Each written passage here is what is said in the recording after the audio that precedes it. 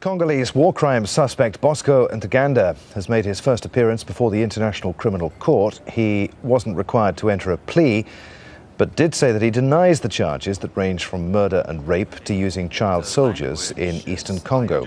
You'll remember he unexpectedly gave himself up at the US Embassy in Rwanda last week. Let's get a view now from London. We're joined by Gail Carrion, who's from Redress, a pressure group which fights for the rights of torture survivors and their families. Gail, thanks for being with us.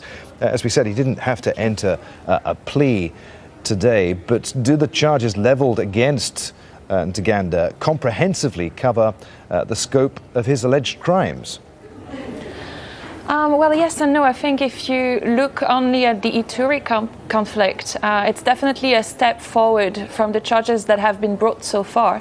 His co-accused, Mr. Lubanga, was only charged and convicted for one specific crime, which is the recruitment and use of children in the hostilities. So the fact that for Ituri crimes back in 2002 and 2003, Mr. Ntaganda will face charges including rape, murder, pillage, and persecution, it shows a fuller picture of what happened in Ituri back then. However, his role in other armed groups and other crimes since then has been put into question.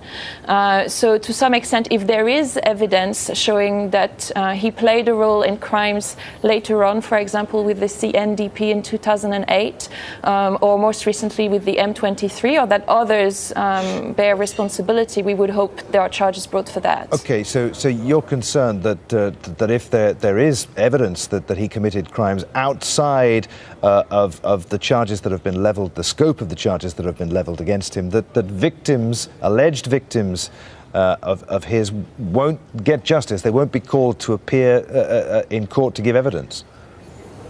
Well, indeed, before the ICC, victims have a particular status. They can not only appear as witnesses, but also in their own right.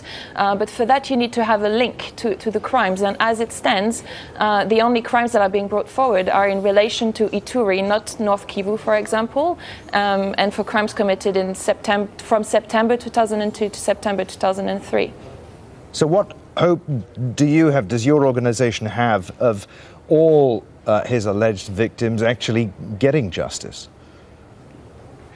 Well, as I said, we're still quite a long way away from a trial at this point. He only had his initial appearance today. Charges are not yet confirmed, and that is the first step that could lead to a trial. What we can hope is that the prosecutor, Fatou Bensouda, is bringing the best possible case with the best possible evidence to make sure that those responsible will face justice and that the victims in Eastern DRC will get the justice they deserve and reparation. All right, Gail, good to talk to you. Many thanks for being with us. Gail Carrion there from Redress.